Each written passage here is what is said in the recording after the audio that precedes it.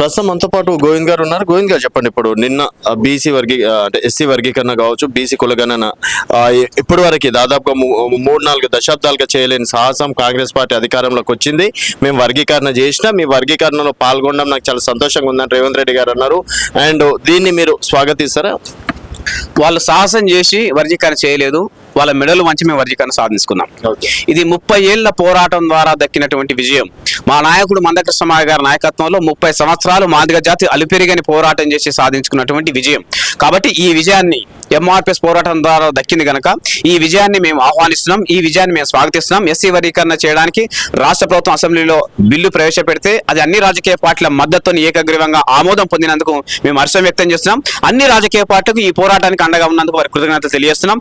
ఈ విజయాన్ని ఎంఆర్పిఎస్ పోరాటం ద్వారా దక్కినటువంటి ఎస్సీ వర్గీకరణ విజయాన్ని నెల రోజుల పాటు ప్రతి గ్రామంలో, ప్రతి పట్టణంలో, మాదిగలు ఉన్న ప్రతి చోట పెద్ద ఎత్తున సంబరాల రూపంలో చేయడానికి, తద్వారా మందకృష్ణమాయ గారి నాయకత్వాన్ని శాశ్వతంగా మాదిగ ప్రజలను నిలబెట్టడానికి, మాదిగ అమరవీరుల త్యాగాలను శాశ్వతంగా మాదిగ ప్రజలను నిలబెట్టడానికి, ఎంఆర్పిఎస్ ఉద్యమ నాయకుల కార్యకర్త విలువ పెంచడం కోసం ఈ నెల రోజుల పాటు ఈ కార్యక్రమాన్ని మేము ప్రజల్లో తీసుకెళ్ళడానికి మా వంతు ప్రయత్నాలను సీరియస్ గా చేస్తున్నాం. అయితే ఇక్కడ కాంగ్రెస్ పార్టీ అసెంబ్లీలో యాక్సెప్ట్ చేయడం అనేది జరిగింది. అట్లాంటిది కాంగ్రెస్ పార్టీకి కూడా క్రెడిట్ ఇస్తున్నారా మీరు? కాంగ్రెస్ పార్టీ నిజంగా ఎలాంటి లోపాలు లేకుండా, ఎలాంటి అశాస్త్రీయమైన పద్ధతులలో కాకుండా సంపూర్ణంగా అన్ని కులాలకు అందరికి తగిన వాటా ఇచ్చి ఆ గ్రూపులో చేర్చబడ్డ వివిధ కులాలకు శాస్త్రీయ పద్ధతిని అనుసరించి అందరికీ ఆమోదయోగ్యం అయ్యే విధంగా, అందరూ సంతృప్తి అయ్యే విధంగా ఈ ఎస్సీ వర్గీకరణ ప్రక్రియను పూర్తి చేసి ఉండుంటే మేము కాంగ్రెస్ పార్టీ చేసినటువంటి విధానాలను ఆహ్వానించి వారికి మేము ధన్యవాదాలు తెలియజెప్పే వాళ్ళం. ఎస్సీ వర్గీకరణలో ఇంకా అనేక లోపాలు ఉన్నాయి. ఆ లోపాలు సవరించకుండానే ఎస్సీ వర్గీకరణ బిల్లును వాళ్ళ అసెంబ్లీలో ఆమోదించడం జరిగింది. మేమే కాదు, మాదిగలే కాదు, అనేక కులాలు వాళ్ళ అసంతృప్తి వ్యక్తం చేయడం జరిగింది. ఇవాళ మాలలు సంతృప్తిగా లేరు, మాదిగలు సంతృప్తిగా లేరు, మిగతా నేతగానికులకు సంతృప్తిగా లేదు, అలాగే మహర్లు సంతృప్తిగా లేరు, కొలియదాసరి వాళ్ళు సంతృప్తిగా లేరు. ఎస్సీలో దాదాపు 59 కులాలు ఎవరు కూడా సంతృప్తిగా లేరు.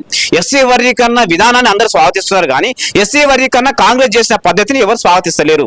అందువల్ల ఈ అనేక లోపాలు ఉన్నాయనే విషయాన్ని ముఖ్యమంత్రి గారి దృష్టి తీసుకెళ్లిన తర్వాత, ప్రభుత్వం దృష్టి తీసుకెళ్లిన తర్వాత వాటిని సవరించకుండా, ఆ పోరుపాట్లను సరిదిద్దకుండానే ఎస్సీ వర్గీకరణ చట్టం చేయడాన్ని ఇవాళ అందరూ విచారాన్ని వ్యక్తం చేస్తున్నారు, దాన్ని ఖండిస్తున్నారు. సార్, ఇప్పుడు దామోదర్ రాజనరసింహ గారు కావచ్చు, బట్టి విక్రమార్క గారు కావచ్చు, వీళ్ళు కూడా ఎస్సీ సంబంధించిన వాళ్ళే కదా, వాళ్ళు కూడా ఈ బిల్లుని ప్రతి ఒక్కటి మేము పరిశీలించిన తర్వాతనే ప్రవేశపెట్టడం అనేది జరిగింది. ఇది ఏ ఒక్క వర్గాన్ని కూడా కించపరచలేదు, ఏ ఒక్క కులాన్ని కూడా తక్కువ చేయలేదు అని చెప్పి చాలా క్లారిటీగా చెప్పారు వాళ్ళు. ఇప్పుడు అదే నిజమైతే, వాళ్ళు అశాస్త్రీయంగా అందరికి న్యాయం జరిగే పద్ధతిలో చేయడమే నిజమైతే, నిన్న ప్రతిపక్ష నాయకులు లేవనెత్తినటువంటి ప్రశ్నలకు అసెంబ్లీలో ఎందుకు సమాధానం చెప్పలేదో వాళ్ళు ఇప్పటికైనా సమాధానం చెప్పాలి. అలాగే 199 పేజీలతో కూడిన జస్టిస్ షమీం అఖ్తర్ కమిషన్ నివేదికను ఇప్పటికే ప్రజల్లోకి ఎందుకు తీసుకురాలేదు, ఆ నివేదికను ఎందుకు బహిర్గతం చేస్తున్నారో వాళ్ళు సమాధానం చెప్పాలి. గతంలో ఎస్సీ వర్గీకరణ అమలు జరిగినప్పుడు అది ఏబిసిడి అనే 3 గ్రూపులుగా జరిగినప్పుడు సి గ్రూప్ అనేది 3వ శ్రేణికి సంబంధించిన గ్రూపు. సి గ్రూప్ లో ఆనాడు అభివృద్ధి చెందిన కులాలు ఉన్నాయి.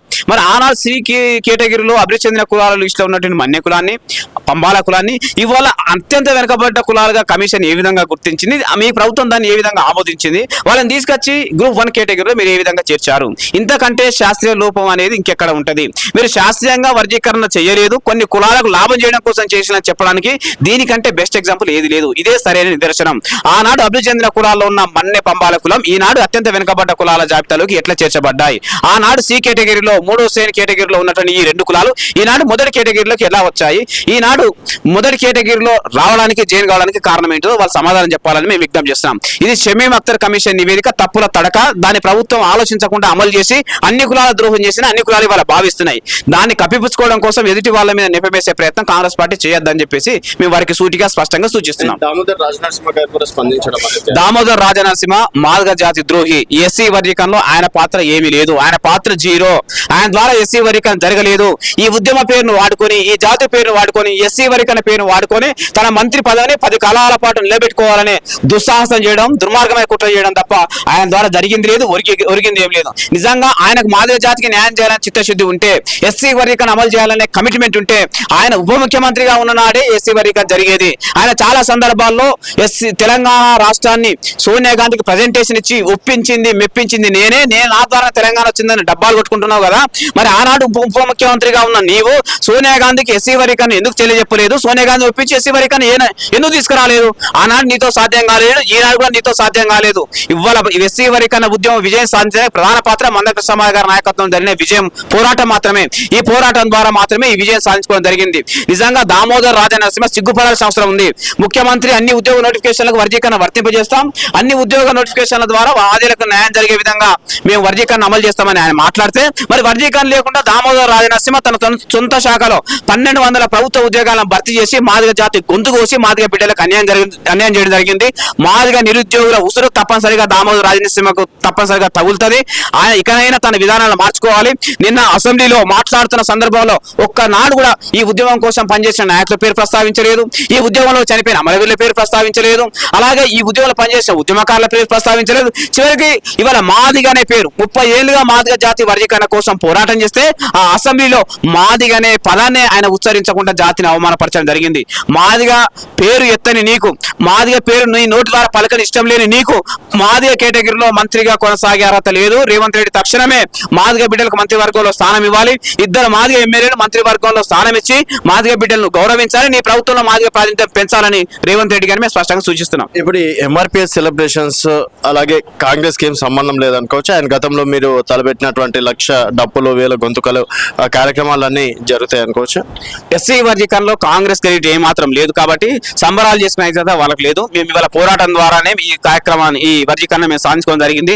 నిజంగా ఆనాడు మేము 1,00,000 డప్పులకు పిలిపించి ఉండకపోతే రేవంత్ రెడ్డి ప్రభుత్వం దిగి వచ్చేది కాదు, ఇవాళ ఆ వర్గీకరణ చట్టాన్ని తీసుకొచ్చేది కాదు. 1,00,000 డప్పుల కార్యక్రమ ఉద్యమ ప్రభావానికి, ఆ ఉద్యమ పిలుపుకు మందకృష్ణ సమాజ్ గారి నాయకత్వ ప్రభావంతోనే ఇవాళ వర్గీకరణ జరిగిందనే నిజం. కాబట్టి మేము నెల రోజుల పాటు కాంగ్రెస్ పార్టీతో సంబంధం లేకుండా మా జాతి పండుగ ఈ ఎస్సీ వర్గీకరణ చట్టం ఆమోదం పొందిందాన్ని పురస్కరించుకొని ఎంఆర్పిఎస్ ఉద్యమం విజయం సాధించిన సందర్భాన్ని పురస్కరించుకొని ప్రతి గ్రామంలో అనేక సాంస్కృతిక రూపాల్లో మేము పెద్ద ఎత్తున సంబరాలు చేసుకుంటాం. అలాగే మేము ఈ విజయాలను మేము సెలబ్రేట్ చేసుకోవడానికి అన్ని రకాలుగా ప్రయత్నాలు చేసుకుంటూ వస్తున్నాం.